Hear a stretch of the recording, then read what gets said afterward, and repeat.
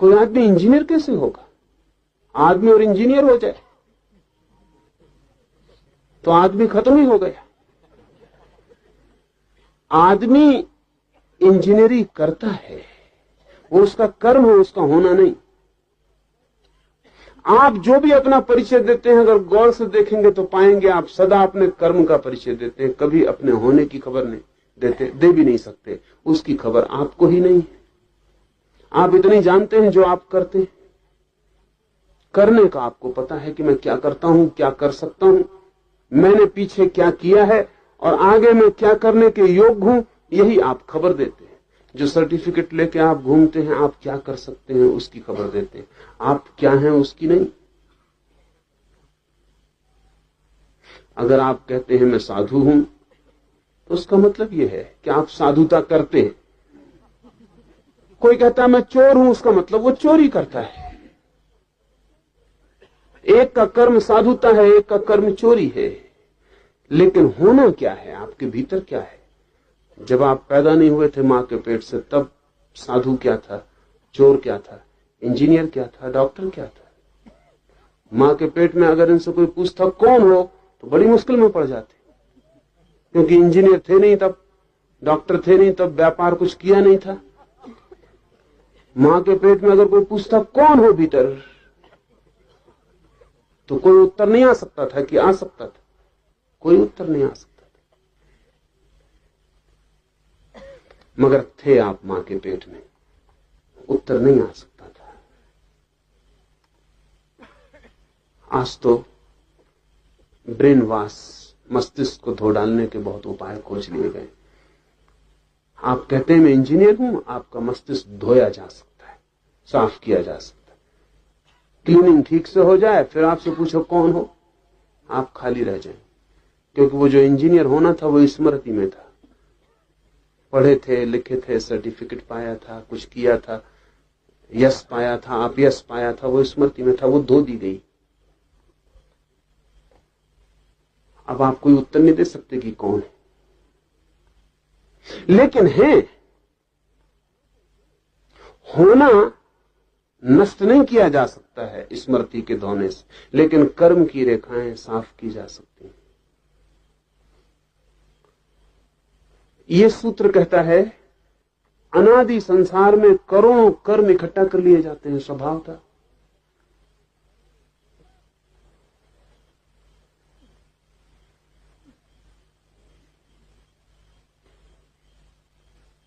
प्रतिदिन प्रतिपल कर्म इकट्ठे किए जा रहे हैं। उठते हैं, बैठते हैं, श्वास लेते हैं, कर्म हो रहा है। सोते हैं, स्वप्न देखते हैं, कर्म हो रहा है।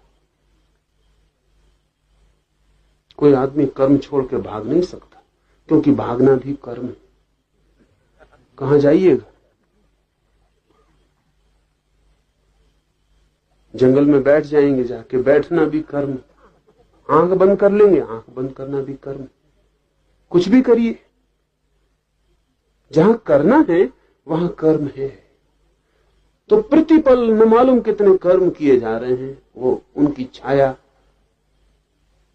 उनकी स्मृति, उनकी रेखा, उनका संस्कार भीतर छूटता जा रहा है। जो भी आप कर रहे हैं वो आपके होने पर इकट्ठा होता जा रहा है। जैसे कि रिकॉर्ड पर ग्रूव बन जाते हैं, फिर ग्रामोफोन की सुई लगा के चलाएं तो जो जो भर गया है रिकॉर्ड की रेखाओं में, वो पुनरुज्जीवित होकर प्रकट होने लगता है। ठीक आपका मन आपके सब कर्मों की संग्रहित संहिता है, सब इकट्ठा है। जो जो आपने किया है उस सब के आपके ऊपर रेखाएं खिंच गई हैं, और ये रेखाएं अनंत जन्मों की हैं। ये भार बड़ा है, और आप करीब करीब उसी को फिर दोहराते रहते हैं। करीब करीब आपकी हालत घिसे रिकॉर्ड जैसी है कि सुई फंस गई, चलाए जा रहे, वही लकीर दौड़ रही बार बार। क्या कर रहे हैं आप? कल भी वही किया, आज भी वही किया, परसों भी वही किया था, कल भी वही करिएगा। वही क्रोध, वही लोभ, वही मोह, वही काम, वही सबका सब। घिसे रिकॉर्ड, फंस गई सुई, निकल नहीं पाती गड्ढे से, वही आवाज बार बार दिए जाती। इसलिए तो जिंदगी में इतनी ऊब है, इतनी बोर्डम है, होगी ही, क्योंकि नया कुछ होता नहीं। सुई आगे बढ़ती ही नहीं। लौट के देखें आपकी 30-40 साल की जिंदगी, क्या किया है आपने? एक ही रिकॉर्ड बजा रहे हैं।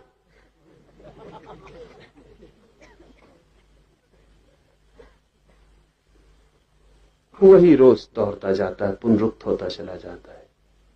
इसी को भारत के मनुष्यों ने आवागमन कहा है। वही, फिर वही, इस जन्म में वही, अगले जन्म में वही, उसके अगले जन्म में वही, अतीत की कथा वही, भविष्य की कथा वही।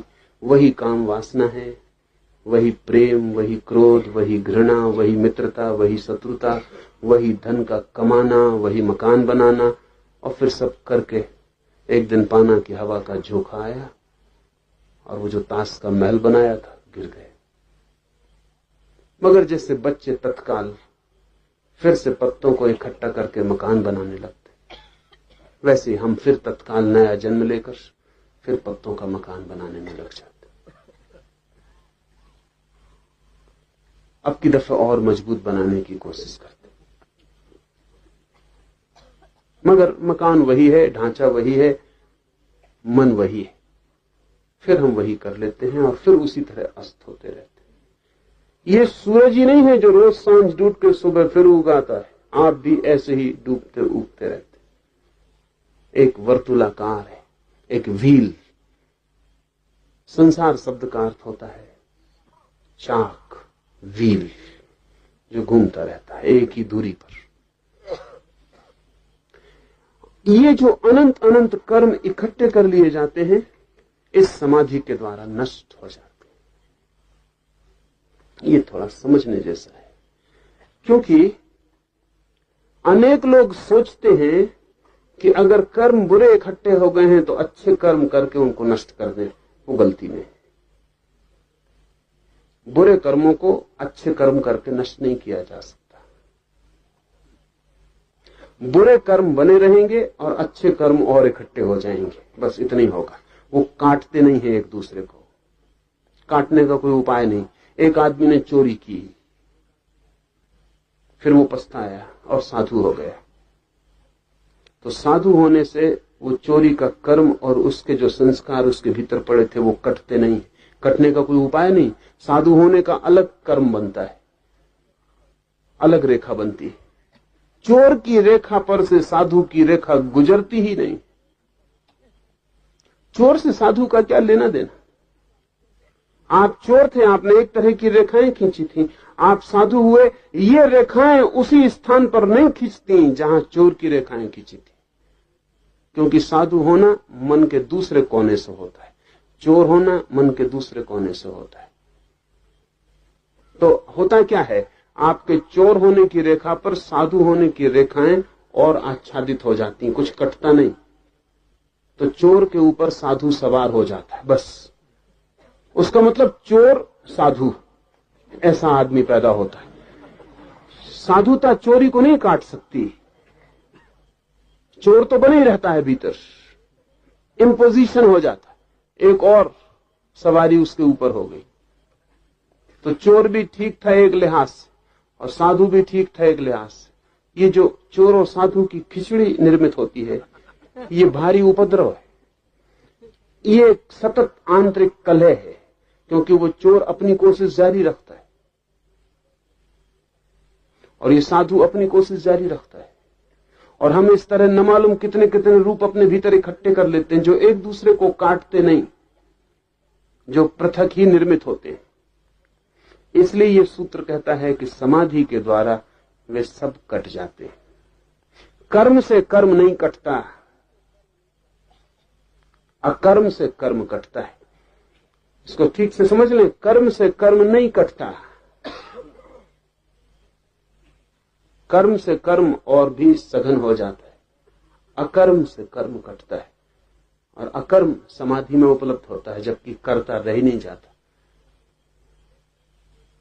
जब हम उस चेतना की स्थिति में पहुंचते हैं जहां सिर्फ होना ही है, जहां करना बिल्कुल नहीं है, जहां करने की कोई लहर भी नहीं उठी कभी, जहां मात्र होना अस्तित्व ही रहा है सदा, जहां बीइंग है, डूइंग नहीं, उस होने की क्षण में अचानक हमें पता चलता है कि कर्म जो हमने किए थे वो हमने किए ही नहीं थे। कुछ कर्म थे जो शरीर ने किए थे, शरीर जाने। कुछ कर्म थे जो मन ने किए थे, मन जाने। और हमने कोई कर्म किए ही नहीं थे। इस बोध के साथ ही समस्त कर्मों का जाल कट जाता है। आत्मभाव समस्त कर्मों का कट जाना है। आत्मभाव के खो जाने से ही वहम होता है कि मैंने किया। एक आदमी चोरी कर रहा है, या तो शरीर करवाता है या मन करवाता है। कुछ लोगों के शरीर इस हालत में हो जाते हैं कि चोरी करनी पड़ती है। एक भूखा आदमी है, शरीर चोरी करवा देता है। आत्मा कभी कोई चोरी नहीं करती। भूख है, पीड़ा है, परेशानी है, बच्चा मर रहा है और दवा नहीं, और एक आदमी चोरी कर लेता है। ये शरीर के कारण हुई चोरी है। अभी तक हम फर्क नहीं कर पाए शरीर के चोर और मन के चोरों में, क्योंकि शरीर का चोर अपराधी नहीं है। शरीर के चोर का मतलब है कि समाज अपराधी है। मन का चोर अपराधी है। मन का चोर अलग चीज है। कोई जरूरत नहीं, घर में तिजोरी भरी, लेकिन एक पैसा सड़क पर पड़ा हुआ मिल जाए तो उठा के जेब में रख लेता है। ये जो आदमी है ये मन का चोर है। मतलब इनकी कोई शारीरिक शरीर इनसे नहीं कह रहा है चोरी करो। इनका लोभ, इस एक पैसे से इनका कुछ बढ़ेगा भाई नहीं, लेकिन फिर भी कुछ तो बढ़ेगा ही। एक पैसा भी बढ़ेगा। करोड़ रुपए हो और एक पैसे को भी उठाने की नीयत बनी रहे, यह है असली अपराधी। लेकिन ये पकड़ में नहीं आता। पकड़ में वो शरीर का अपराधी आ जाता है। यह है असली अपराधी, क्योंकि कोई कारण नहीं है शरीर के तल पर भी कि ये चोरी करे, लेकिन ये चोरी कर रहा है। चोरी करना इसकी आदत है। चोरी में इसका रस है। मनोविज्ञान एक बीमारी की बात करता है, क्लेप्टोमेनिया। एक बीमारी होती मन की। अधिक लोग उसके बीमार हैं। कुछ लोगों को मनोविज्ञान पकड़ता है जो बहुत ज्यादा बीमार हो जाते। मैं एक प्रोफेसर को जानता रहा हूं, पैसे वाले थे, सुविधा संपन्न थे, सब कुछ था। एक ही लड़का था। वो लड़का क्लेप्टोमेनियाक था। उसको चोरी की बीमारी थी, तो वो कुछ भी चुरा लेता था। इससे कोई संबंध नहीं था कि वो क्या है। आपके घर में गया, एक बटन टूटी पड़ी, फौरन वो खीसे में कर लेगा। उसका कोई उपयोग नहीं है। एक सुई मिल जाए पड़ी, वो मार।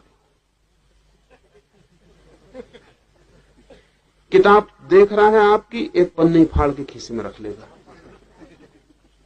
उन्होंने मुझे कहा कि क्या करना है इसका।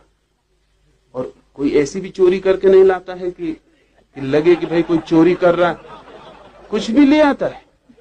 और लड़का एमए में पढ़ता था, होशियार लड़का था। तो मैं उस लड़के से थोड़ा संबंध बनाया, तो उसने मुझे ले जाके अपनी अलमारी दिखाई। उस अलमारी में उसने जो जो चीजें कभी चुराई सब रखी हुई थी। उन पर साथ साथ चिट्ठियां लगी हुई थी कि किसको धोखा दिया, किसके घर से मार के लाए। इस बात का अभी तक पता नहीं चल सका किसी को।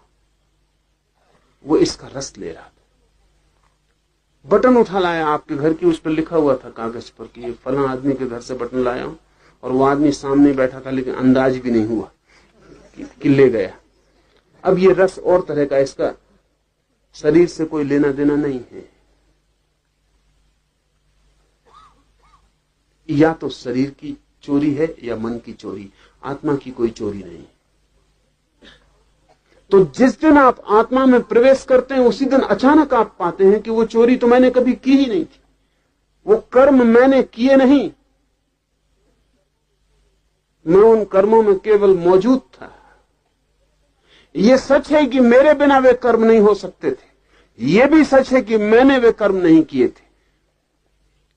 तो मन विज्ञान एक शब्द का प्रयोग करता है, वो कीमती है।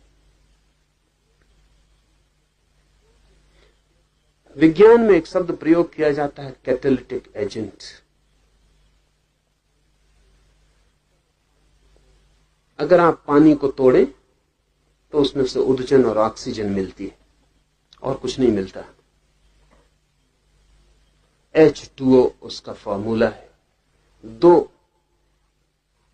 परमाणु उदजन के, 1 ऑक्सीजन का, उनसे मिलके पानी बनता है। तो आप 2 अनुपात में उदजन और 1 अनुपात में ऑक्सीजन मिला के पानी बनाना चाहें तो भी बनेगा नहीं। ये बड़े मजे की बात है। अगर पानी को तोड़े तो 2 अनुपात उदजन, 1 अनुपात ऑक्सीजन मिलती है। स्वभावतः अगर आप 2 अनुपात उदजन और 1 अनुपात ऑक्सीजन को मिलाएं तो पानी बनना चाहिए, लेकिन पानी बनता नहीं। तो एक और चीज है जिसकी मौजूदगी की जरूरत पड़ती है, वो भीतर प्रवेश नहीं करती, लेकिन सिर्फ उसकी मौजूदगी में घटना घटती है, वो है बिजली।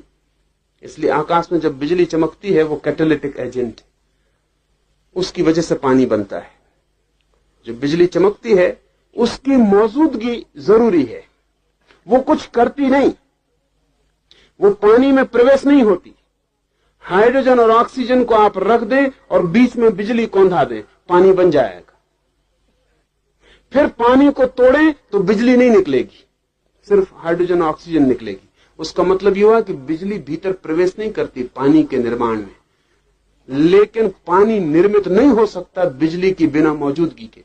इस खास घटना को विज्ञान कहता है कैटालिटिक एजेंट। ऐसी उपस्थिति जिसके बिना घटना नहीं घटेगी, फिर भी वो वस्तु घटना में भीतर प्रवेश नहीं करती। तो आप चोरी नहीं कर सकते हैं बिना आत्मा के। आत्मा कैटालिटिक एजेंट, उसकी मौजूदगी जरूरी। शरीर अकेला, लाश कहीं कोई चोरी करने नहीं जाती। लाश के खीसे में भी पैसा रख दें तो भी हम उसको चोरी नहीं कहेंगे। लाश का चोरी से क्या संबंध, क्योंकि लाश कर्म ही नहीं कर सकती। अकेला मन भी चोरी करने नहीं जाता। अकेला मन कितनी सोचे चोरी नहीं कर सकता, और अगर भीतर आत्मा ना हो तो सोच भी नहीं सकता। आत्मा की मौजूदगी जरूरी है, तब चोरी घटती है। लेकिन फिर भी जिस दिन आदमी आत्मा में पहुंचता है उस दिन पाता है कि मौजूदगी में घटी थी, लेकिन आत्मा चोरी में प्रवेश नहीं की। आत्मा सिर्फ मौजूद थी। उसकी मौजूदगी इतनी शक्तिशाली है कि घटनाएं घटनी शुरू हो जाती। एक चुंबक पड़ा है, लोहे के टुकड़े खींच रहे हैं। आपसे आज सोचते होंगे चुंबक खींच रहा है, तो आप गलती में। चुंबक का होना ही काफी है, चुंबक को खींचना नहीं पड़ता। खींचने के लिए कोई प्रयास नहीं करना पड़ता, कोई अस्थि मांसपेशियां सिकोड़नी नहीं पड़ती कि खींचो। चुंबक को कुछ पता ही नहीं चलता कि चुंबक का होना ही लोहे के टुकड़े खींचना शुरू हो जाते। आत्मा की मौजूदगी और कर्म शुरू हो जाते। शरीर सक्रिय हो जाता है, मन सक्रिय हो जाता है, कर्म की यात्रा शुरू हो जाती। जिस दिन आप इस आत्मा में पुनः प्रवेश करते हैं समाधि में, उस दिन सारे कर्म से छुटकारा हो जाता है। इसलिए नहीं कि वो उन्होंने आपको बांधा था, बल्कि इसलिए कि उन्होंने कभी बांधा ही नहीं था और आप अपने तक कभी पहुंचे नहीं थे कि समझ पाते कि मैं अनबंधा हूं। ये जो उपनिषद की दृष्टि है, एक अर्थ में बड़ी नीति विरुद्ध है, और इसलिए उपनिषदों का बड़ा विरोध भीतर गहरे मन में रहा है। जो भी नीतिवादी है वो कहेगा कि बुरे कर्म को अच्छे कर्म से काटो, अच्छे कर्म करो, बुरे कर्म मत करो। उपनिषद कहते हैं कर्म करते हो यही बुरा है। अच्छा करते हो कि बुरा करते हो तो गौण बात है। कर्म करने का तुम्हें ख्याल है, तुम करता हो, बस यही बुराई। तो बुराई 2 तरह की है, बुरी बुराई, अच्छी बुराई। बाकी दोनों बुराई, क्योंकि तुम कर्म करते हो यही भ्रांति है। तुम सिर्फ मौजूद हो और कर्म हो रहा है। तुम्हारी मौजूदगी में कर्म हो रहा है, तुम सिर्फ साक्षी हो, करता नहीं हो। जिस दिन इस मौजूदगी को तुम इसकी मौजूदगी में ही समझ लोगे, कर्ता की तरह नहीं, साक्षी की तरह, उसी दिन तुम पाओगे कि जो भी हुआ वो मेरे आसपास हुआ।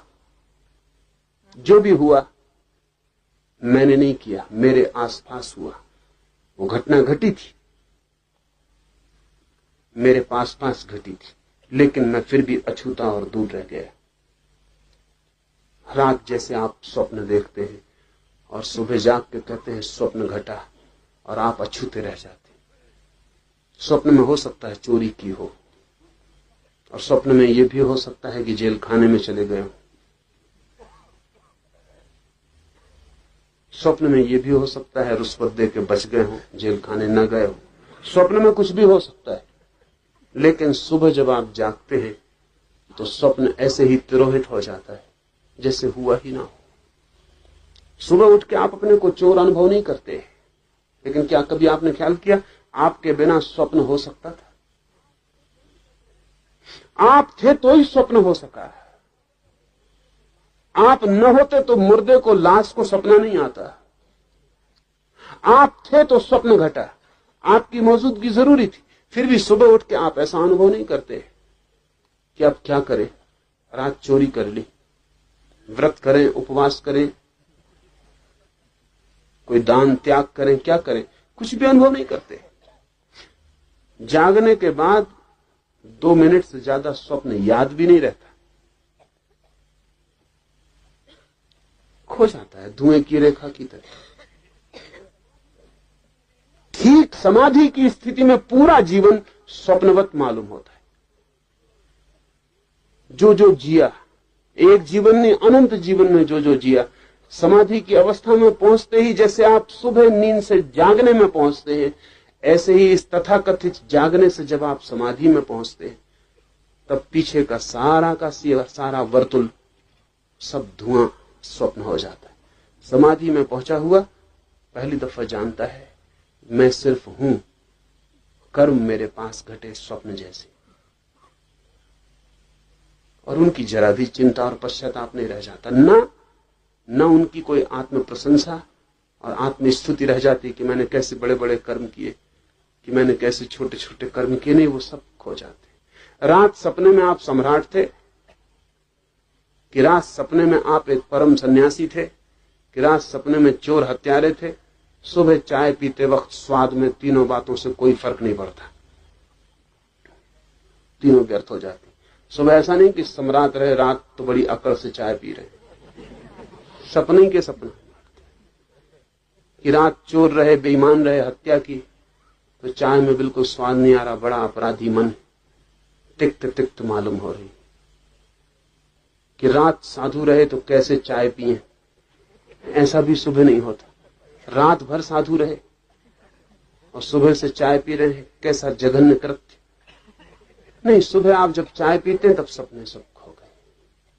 सुना है मैंने, बड़ा फकीर था जापान में, रिंझाए, एक सुबह उठा और अपने एक शिष्य से, जैसे वो उठा उसका शिष्य पास खड़ा था, उससे उसने कहा कि रात मैंने एक सपना देखा है, तुम व्याख्या करोगे तो मैं सपना बोलूं।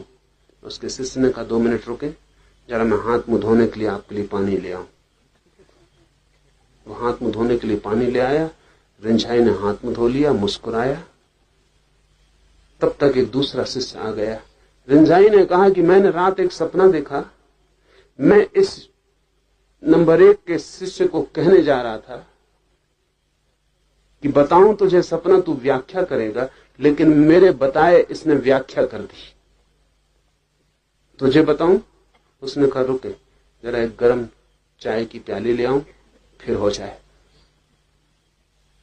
चाय की प्याली पी के रिंझाई हंसा और कहा कि मैं खुश हूं, अब कोई सपना बताने की जरूरत नहीं। तीसरा एक व्यक्ति मौजूद सब ये देख रहा था, ना समझी की हद हो गई। उसने कहा भी सीमा की भी कोई बातें होती, वो सपना बताया ही नहीं गया है, व्याख्याएं भी हो चुकी हैं और सब हल भी हो गया। उसने कहा कि महाराज कम से कम सपने का तो पता चल जाए, सपना क्या था। रिंझाई ने कहा कि इनकी परीक्षा कर रहा था, अगर ये आज सपने की व्याख्या करने की तैयारी दिखाते तो इन्हें मैं बाहर कर देता आश्रम के। सपने की कोई व्याख्या करनी होती, सपना ही था, बात खत्म हो गई। इसने ठीक किया, इसने कहा कि अभी भी कुछ सपने की मदहोशी बाकी है, जरा हाथ मुंह धो लो। इस दूसरे ने भी ठीक ही किया कि मालूम होता हाथ मुंह धोने से भी काम नहीं हुआ, सपना अभी भी कुछ धूमिल धूमिल सरक रहा है, जरा गरम गरम चाय पी लो, फिर जरा जाग जाओ। यही सपने की व्याख्या है। सपने की कोई और व्याख्या हो सकती? जाग जाओ, सपना व्यर्थ हो जाता है, व्याख्या क्या करनी है? व्यर्थ की तो कोई व्याख्या नहीं करता है।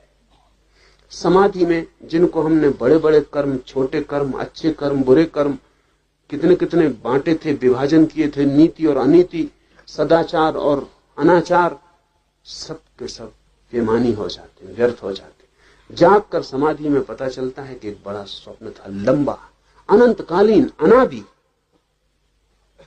लेकिन स्वप्न था और मैं सिर्फ मौजूद था, मैं प्रविष्ट नहीं हुआ था, बाहर ही खड़ा था। इसलिए सब कट जाता है कर्म और धर्म का उदय होता है। जब कर्म कट जाता है, जो हम करते थे वो कट जाता है, तब हमें पता चलता है जो हम हैं, जो हमारा होना है, स्वभाव है। स्वभाव है धर्म। उत्तम योगवेता इस समाधि को धर्म मेघ कहते हैं, क्योंकि वह मेघ की तरह धर्म रूप हजार धाराओं की वर्षा करती है। धर्म मेघ बड़ा प्यारा शब्द है। मेघ तो हमने देखे, आषाढ़ आता है और मेघ गिर जाते हैं आकाश में, लेकिन पूरी घटना का हमें ख्याल नहीं। वो जो आकाश में मेघ गिर जाते हैं आषाढ़ में और मोर नाचने लगते हैं और जमीन जगह जगह दरारें बन जाती है, ओंठ खोल देती है, अपने हृदय तक पानी की बूंदों को पी जाने के लिए अपने द्वार तोड़ देती है सब तरफ से। और प्यासी धरती बहुत दिन से प्रतीक्षा में थी। प्यासे वृक्ष तड़फ रहे थे मछलियों की तरह, जैसे रेत में किसी ने उनको फेंक दिया हो। फिर गिरते हैं बादल और फिर उन काले मेघों की छाया में वर्षा शुरू हो जाती और एक नृत्य सारी प्रकृति पर और एक गीत सारी प्रकृति पर छा जाता है। धर्म मेघ ऐसी ही आषाढ़ की भीतर घटी घटना है, ऐसी कि जन्मों जन्मों से प्राण प्यासे थे, दरारें पड़ गई थी, कोई प्यास बुझाने वाला पानी न मिला था। पीते थे पानी, उससे प्यास केवल बढ़ती थी, बुझती नहीं थी। बहुत पानी पिए और बहुत घाटों की यात्रा की और न मालूम क्या क्या खोजा और पकड़ा, लेकिन सब बार आशा निराशा हुई, हाथ कुछ लगा नहीं। वो धरती पूरे प्राणों की फटी प्यासी अभीप्सा से भरी। समाधि के क्षण में पहली दफा उसके ऊपर मेघ गिरते। समाधि के क्षण में पहली दफा आषाढ़ आता है भीतर।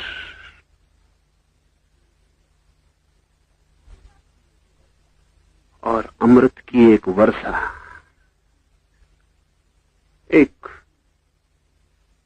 सिर्फ प्रतीक है, अमृत की एक वर्षा भीतर होने लगती, आत्मा नहा जाती और अनंत अनंत धाराओं में उन मेघों से अमृत गिरने लगता है।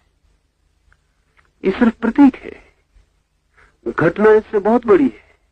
ना तो अमृत कहने से कुछ पता चलता है उसके बाबत, लेकिन फिर भी थोड़ी सी सूचना मिलती है कि मेघ गिर गए ऊपर और उनसे वर्षा होने लगी और जो प्यासी सी आत्मा जन्मों जन्मों से वो तृप्त हो गई। उत्तम योगवेत्ता इस समाधि को धर्म मेघ कहते हैं, क्योंकि वह मेघ की तरह धर्म रूप हजार धाराओं की वर्षा करती है। लेकिन धर्म मेघ क्यों कहते हैं? क्योंकि स्वभाव की वर्षा पहली दफा स्वयं पर होती है। धर्म यानी स्वभाव। अब तक जो भी जाना परभाव था,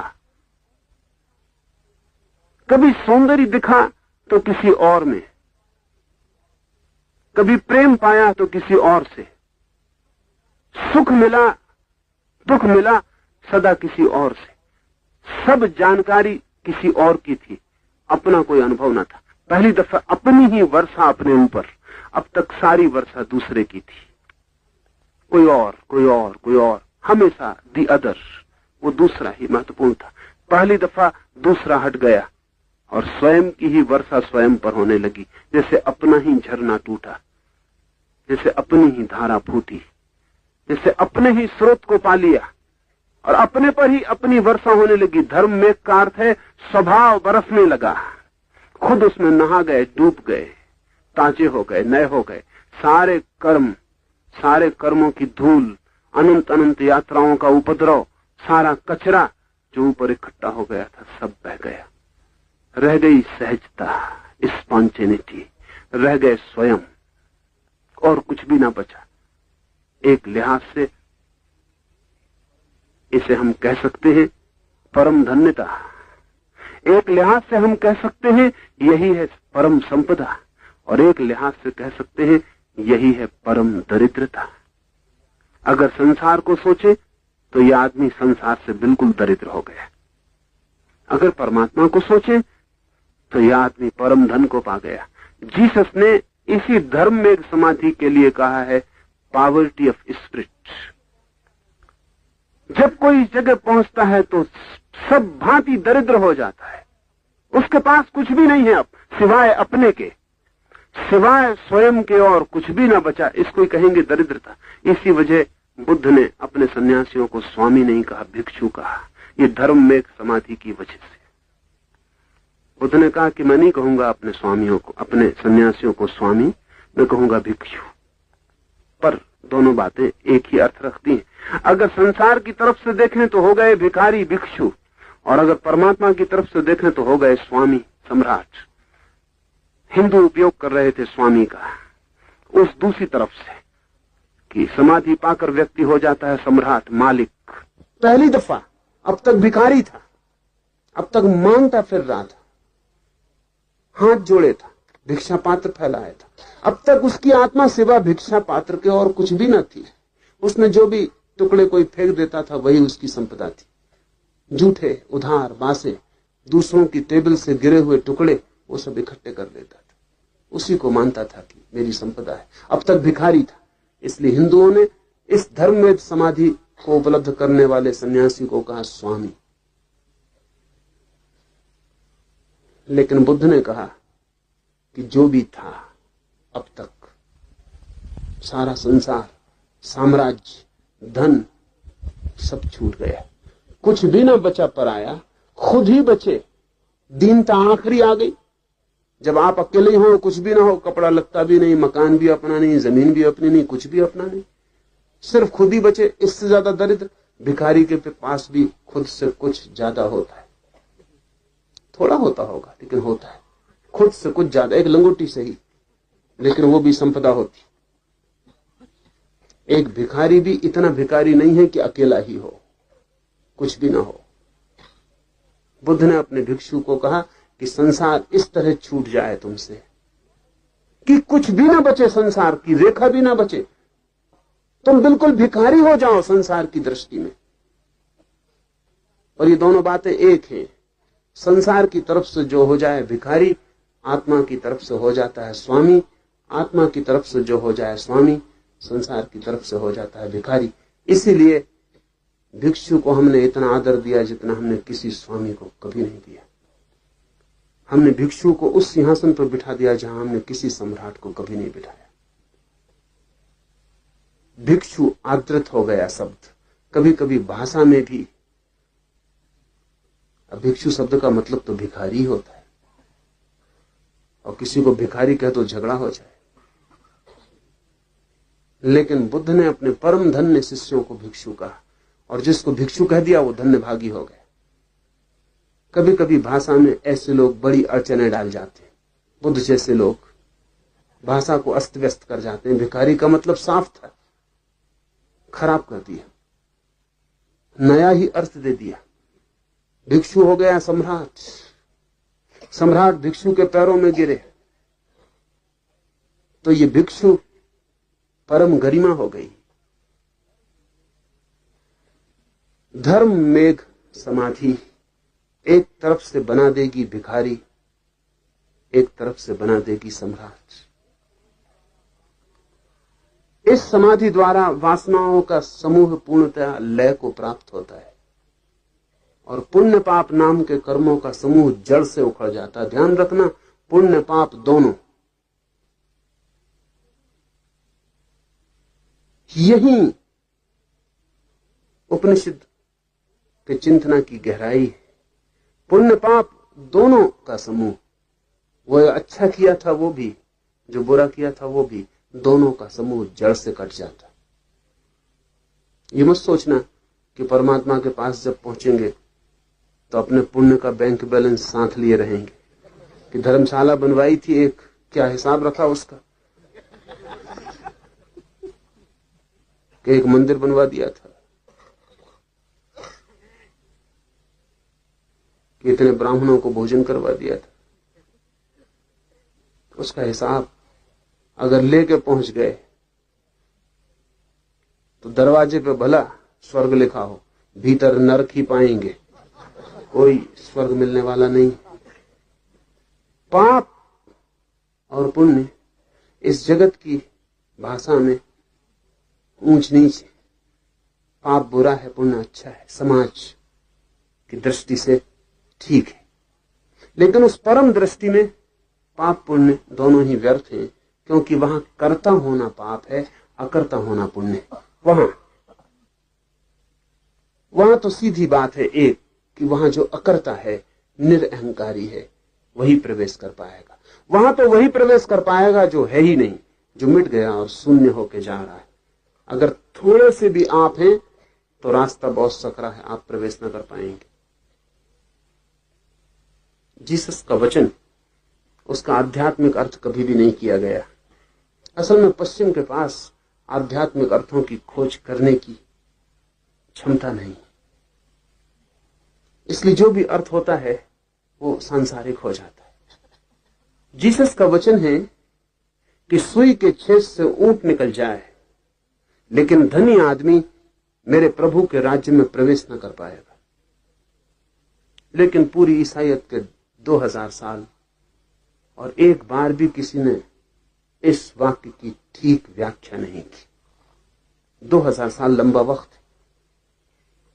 सारी व्याख्या यह हुई कि धनी आदमी स्वर्ग नहीं जा सकता।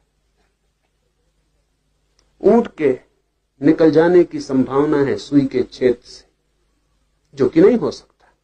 सुई के छेद से ऊंट कैसे निकलेगा? जो नहीं निकल सकता वो भी जीसस कहते हैं हो सकता है निकल जाए। कोई तरकीब खोज ले, कोई रास्ता बन जाए कि सुई के छेद से ऊंट निकल जाए, लेकिन धनी आदमी स्वर्ग के द्वार में प्रवेश नहीं पा सकेगा।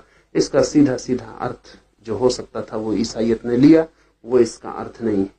धनी आदमी से अर्थ है उस आदमी का जो थोड़ा भी लगता है कि मेरे पास कुछ है, जिसे लगता है कि मेरे पास कुछ है, वो धनी आदमी। जिसको ख्याल है कि मेरे पास कुछ है, वो धनी आदमी है। तो अगर किसी को लगता है कि मैंने पुण्य कमाया है, ये धनी आदमी।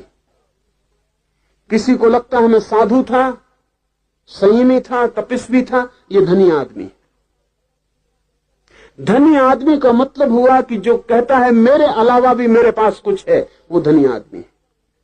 अगर ये कहता है मैंने इतनी प्रार्थनाएं की, इतने उपवास किए, इतने दिन धूप में खड़ा रहा, पैर पे ही खड़ा रहता था, बैठता भी नहीं था वर्षों तक, मैंने दरिद्रों की इतनी सेवा की, इतने अस्पतालों में गया, ये किया वो किया, अगर इसके पास कुछ भी कहने को है कि मेरे पास इतना है, तो यह आदमी धनी आदमी है। अब सूत्र को फिर सुन लें, ऊंट गुजर जाए सुई के छेद से, लेकिन धनी आदमी मेरे स्वर्ग के राज्य में प्रवेश नहीं कर सकेगा। निर्धन कौन है?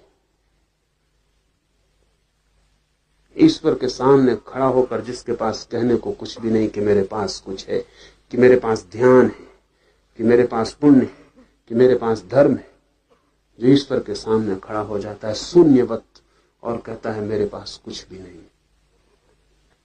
अकेला मैं हूं, ये जो कुछ भी हूं, जो तुमने ही मुझे दिया है वही मैं हूं, उसके अतिरिक्त मेरी कोई भी कमाई नहीं, मेरा होना ही मेरा सब कुछ है, मेरे पास कर्म का कोई भी लेखा जोखा नहीं। ऐसा शून्यवत जो उस द्वार पर खड़ा होता है वो है दरिद्र आदमी, वो है बुद्ध का भिक्षु, जीसस का दरिद्र आदमी। वही प्रवेश कर पाता है। तो दरिद्रता का ठीक अर्थ हुआ कि जो बिल्कुल शून्य है, जो शून्य है वही प्रवेश कर पाता है। और इसीलिए ऊंट की बात कही, सुई का छेद बहुत छोटा है, इससे ऊंट के निकलने का कोई उपाय नहीं। मोक्ष का द्वार सुई के छेद से भी बहुत छोटा है, उसमें से सिर्फ शून्य ही निकल सकता है। अगर जरा सा भी पदार्थ आपके पास है, जरा सा भी मैं अटक जाएगा। ऊंट लेके जा रहे हैं आप सुई के छेद में से निकलने, ऊंट छोड़ दें, लेकिन सवारियां छोड़नी बड़ी मुश्किल होती, क्योंकि सवारियों पे हम ऊंचे मालूम पड़ते हैं। ऊंट इसीलिए जीसस को ख्याल में आ गया होगा, जो भी अहंकार पर बैठे ऊंट पे बैठे और जानते हैं कि ऊंट की सवारी कैसी दुखद है। ऊंट की सवारी है अहंकार की सवारी काफी दच के खाने पड़ते हैं, ऊंचा नीचा होता रहता पूरे वक्त, लेकिन फिर भी ऊंचे तो मालूम पड़ते। ऊंट से नीचे उतरना पड़े। जो भी आपके पास है वो कर्म से मिला है, जो भी कर्म से जो भी मिला है उसकी सीमा मन है। आत्मा तक कर्म से मिला हुआ कुछ भी नहीं पहुंचता।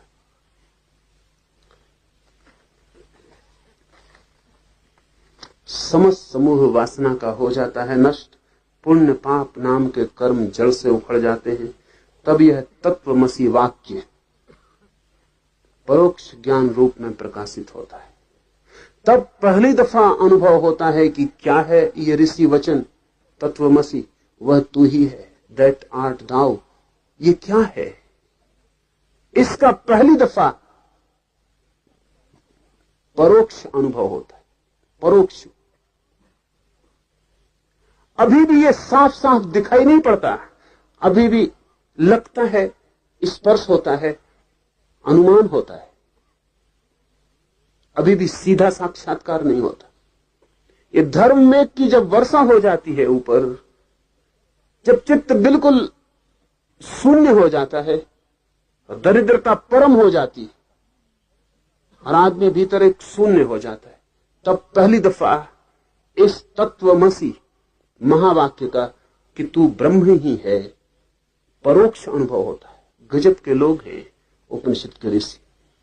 अभी वो कहते हैं अभी भी सीधा साक्षात्कार नहीं होता, अभी भी ऐसा होता है कि जैसे हम आंख बंद किए बैठे हों और किसी के पैरों की ध्वनि सुनाई पड़े और हमें लगे कि कोई आता है। ये परोक्ष दिखाई ना पड़ता हो, अंधेरा हो और किसी के गीत की कड़ी गूंज जाए और हमें लगे कोई गाता है, दिखाई ना पड़े, तो परोक्ष। परोक्ष का मतलब है अभी ठीक आमना सामना नहीं हुआ, अभी पास ही कहीं प्रतीति हो रही है। धर्म मेघ की वर्षा के बाद जो पहली घटना होती है वह तत्वमसी वाक्य की परोक्ष प्रतीति कि ठीक कहा है ऋषियों ने, कि ठीक कहा है उपनिषद ने, कि वो जो वचन सुना था, वो जो श्रवण में सुना था, मनन में सोचा था, निधिध्यासन में साधा था, समाधि में एकता पाई थी, अब धर्म मेघ की वर्षा पर पता लगता है ठीक ही कहा था, ठीक ही कहा था। ये परोक्ष है, किसी ने कहा था, आज पता चलता है, उसका स्वाद आता है, लगता है ठीक ही कहा था।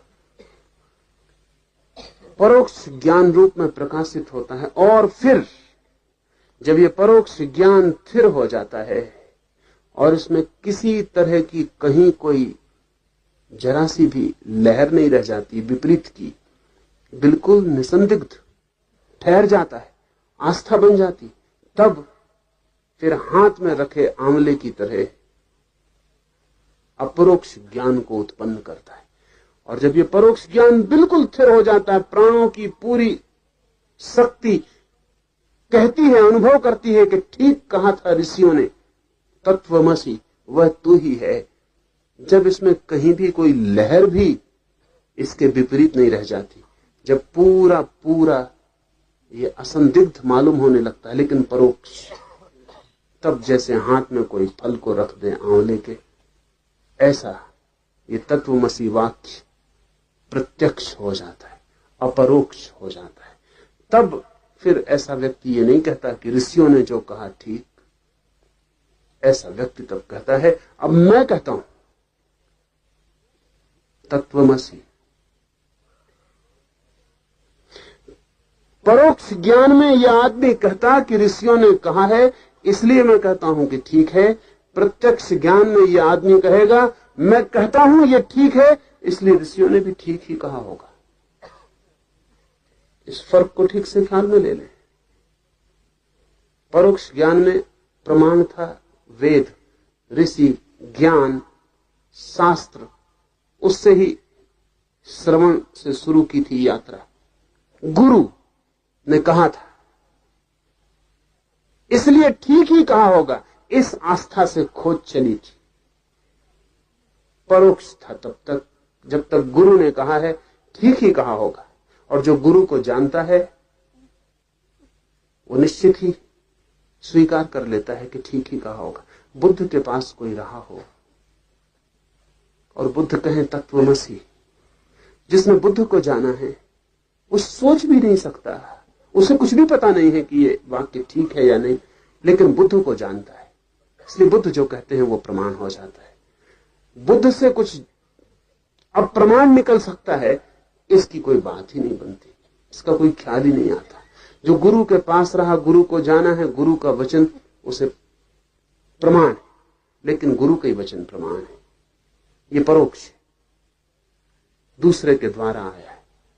पहली प्रतीति तो यही होगी जब बुद्ध का साधक पहुंचेगा समाधि में तो हाथ जोड़कर बुद्ध के चरणों में सिर झुकाएगा, कहेगा ठीक कहा था, जो कहा था वो जाना। लेकिन जब ये प्रतीति और गहरी होगी और डूबेगा तो स्थिति बिल्कुल बदल जाएगी। तब वो कहेगा कि मैं जानता हूं कि मैं वही हूं, और अब मैं कहता हूं कि चूंकि मेरा अनुभव कहता है कि ठीक है, इसलिए गुरु ने जो कहा था वो ठीक है। अब प्रमाण बन जाता है व्यक्ति स्वयं, व्यक्ति बन जाता है स्वयं शास्त्र। ऐसे व्यक्तियों को हमने बुद्ध, तीर्थंकर, अवतार कहा है, जो व्यक्ति स्वयं प्रमाण है, जो ये नहीं कहते कि ऐसा वेद में लिखा है इसलिए सही, जो कहते हैं ऐसा मैंने जाना इसलिए सही, और अगर वेद भी ऐसा कहते हो तो मेरे जानने के कारण वेद भी सही, और अगर ऐसा न कहते हो तो वेद गलत। अगर ऐसा न कहते हो तो वेद गलत। अब कसौटी अपना ही अनुभव है, अब अपना ही निकष उपलब्ध हो गया है। ये सिद्धावस्था है। समाधि जब परोक्ष ज्ञान से अपरोक्ष ज्ञान में प्रवेश करती है तो सिद्धावस्था हो जाती है। ऐसी अवस्था को पाया हुआ व्यक्ति ही अगर लौटे समाधि, निधिध्यासन, मनन, प्रवचन तक, तो हमें खबर मिलती है उस जगत की। इसलिए अगर हमने शास्त्रों को इतना आदर दिया है तो उसका कारण यही है कि वे उन लोगों के वचन हैं जिनके पास रहने वाले लोगों ने उनसे वचन सुने थे और पाया था कि ये जो आदमी कहता है गलत कह ही नहीं सकता। फिर भी ऐसे लोग कहते नहीं कि हम जो कहें मान लो। बुद्ध कहते हैं सोचना, विचारना, मनन करना, निधिध्यासन करना, साधना, और फिर तुम्हें अनुभव में आए तो ही मानना। बुद्ध कहते हैं मैं कहता हूं इसलिए मत मानना, बुद्ध कहते हैं इसलिए मत मानना, शास्त्र कहते हैं इसलिए मत मानना, खोजना। और जब स्वयं का अनुभव बन जाए तो गवाह बन जाना। समाधि को उपलब्ध व्यक्ति साक्षी हो जाता है समस्त शास्त्रों का। ज्ञाता नहीं, साक्षी। पंडित ज्ञाता होता है, समाधिस्थ साक्षी होता है। पंडित कहता है कि शास्त्र ठीक कहते हैं क्योंकि तर्क में जचती है बात। समाधिस्थ कहता है शास्त्र ठीक कहते हैं क्योंकि मेरा भी अनुभव यही है।